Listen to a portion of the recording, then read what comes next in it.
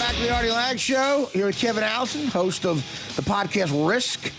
And how do we check it out, Kev? How do we go to you go to, it's free on iTunes, or you just go to risk-show.com. Great, I'm going to check this out. So how do you meet a broad? What happened? Oh, well, actually, the first experience I had with a woman was when I was 41, when I went to that kink camp. Okay, wow, okay. Because here's the thing, like, there are these pansexual kink camps, like this one, it's called Dark Odyssey, and, like... Wait, what is pansexual? Pansexual means gay, straight, everyone, right? I've never heard that term. But the thing of it is that gay dudes traditionally just go off by ourselves. So I come to this camp, and also when you're in a mix like that and you're gay, like a man, you learn not to approach another man unless you're sure that that man it's a gay space, because you know you're conditioned to think you might get hurt. Definitely. Unfortunately. Has that happened? I mean, well, actually, yeah. I had a bashing incident recently in my own neighborhood in Bushwick. Yeah. Unfortunately, it's happening more in New York lately. Yeah, it's really right in Chelsea. It sucks. Yeah. But anyway, I go to this camp. And I'm like, oh my God, I think I might be the only gay man here out of like 500 people. So they had a little wish board where you're like, put a wish on the board and maybe someone will make it come true. So I wrote, well, I guess I'd like to have my first experience with a woman. Yeah, wow. And I put that on the board. And this woman came up to me at 11:30 p.m. on the last night of camp. The next day, everyone was going home, and she was like, hey, are you Kevin from the wish board? and I was like, oh, you're not that maniac weirdo who said a woman. No, she said, I'd love to play with you. And it turns out her name was Strap-On Joe. Because in the kink scene, everyone's got like a scene name, right? And so she took me back to this room, and so it wasn't like... That's what we don't understand. Like, if a woman's hot enough, just Cindy's fine. You know? I don't need Strap-On Joe. But she actually gets a lot of money from dudes who want her to do that. Exactly. But anyway, so yeah, that was a hilarious and kind of fun occasion between the two of us. But it kind of opened me up. Like, when you go to these camps, the weirdest thing is, because now I'm a teacher, like I was saying, at this camp. Now I go to this camp now and I teach classes. When you're in an environment like that, people's boundaries start to slip. Right. Dudes start trying things with dudes that have never done that before. Well, you'd hope that's what the whole purpose of going is, you know. Yeah, I mean, everyone's kind of like, well, we're here for 4 days. Everything in the world is going on here. Everyone's okay with everyone else. Let's experiment. Let's see what this got under the hood of this car here. Yeah. So I started to become curious. I was like, well, everyone's, you know, all my friends seem to be starting to get more adventurous. Maybe I should get to know what this whole vagina thing. I've heard about it. So I had that experience with Strap-On Joe, but that was something I'm comfortable You're with. Midwestern. You just hear your mother going, try a vagina. Try a vagina. What the hell? You don't listen to, I know with you, it's penis, penis, penis. But, you know, look, try a vagina. You might like it, you might not. So recently in the gay community, we have all these apps on our phones that like locate where the nearest gay guys are in the like a whatever radius of you. And in my neighborhood, I found this guy who was a trans guy on the phone. And I didn't realize that. I thought when I got divorced at 40, I was like, what am I going to do? I'm, like the Louis C.K. deal. Like, how am I going to meet someone? But in the gay community, guys like us are called daddies, and it's like the hot genre. People want that. Dudes to be. Yeah, it's like, oh, you're a little bit schlubby and tired out. We dig that.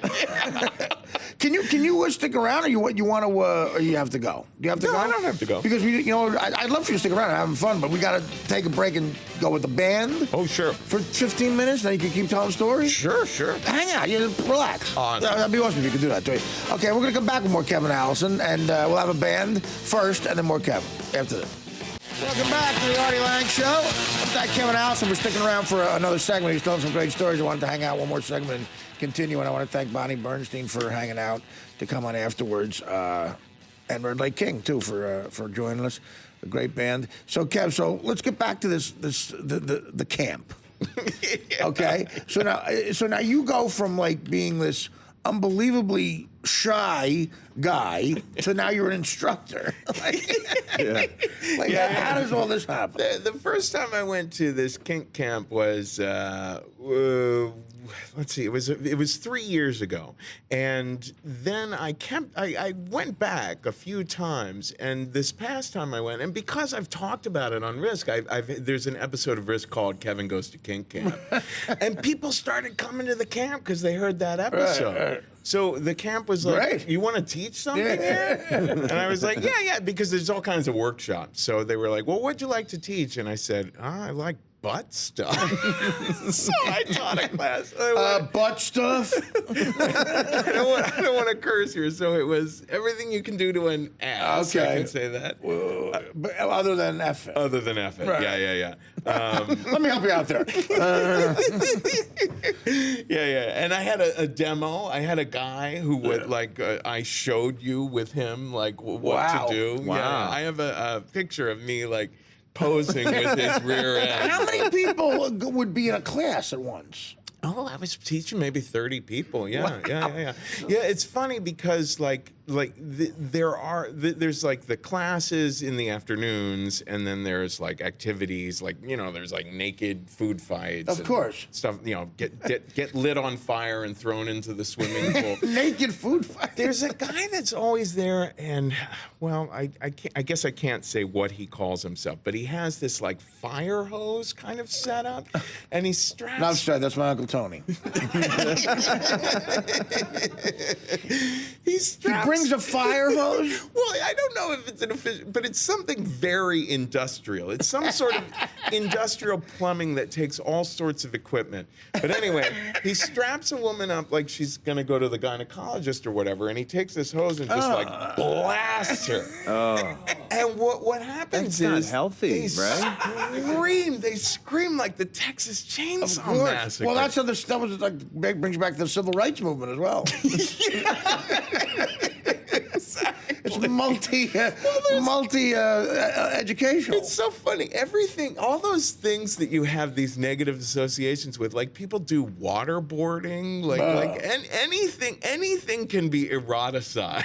Right. Well, because it's pain or torture is equaled with sex. This last time I went, there's an event called Play with the Pros where you can sign up for a 20-minute session with one of the best instructors there. Now, I'm a new instructor, so there was no playing with me, but I went and signed up to play with this guy who knows how to use electrical stuff.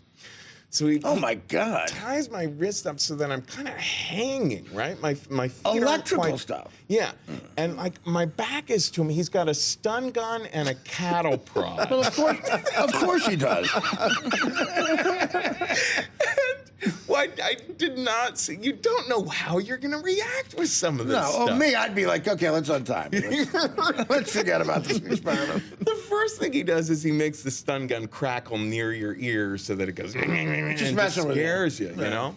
And I thought that was it. I thought I had literally been shocked already, but I'm like, oh, that was just sound. Yeah. Then he starts touching you with stuff, and you know, fight or flight kicks in your body. So I'm trying to run away. My body is just trying to run away, and I'm like a dog on a leash. And I just started screaming. And that's what he like wants. He loves that, right? Yeah. You're screaming like a little girl, bro. It's like jackpot. And there's an audience that starts to gather around because they thought it was hilarious. But I'll tell you, the cattle prod, I could tell very much the difference because that thing feels like it's happening inside you. You know? Imagine. Yeah, it's it's for cattle. You. Yeah. It's thousands of pounds of flesh. He's not using it properly. Yeah.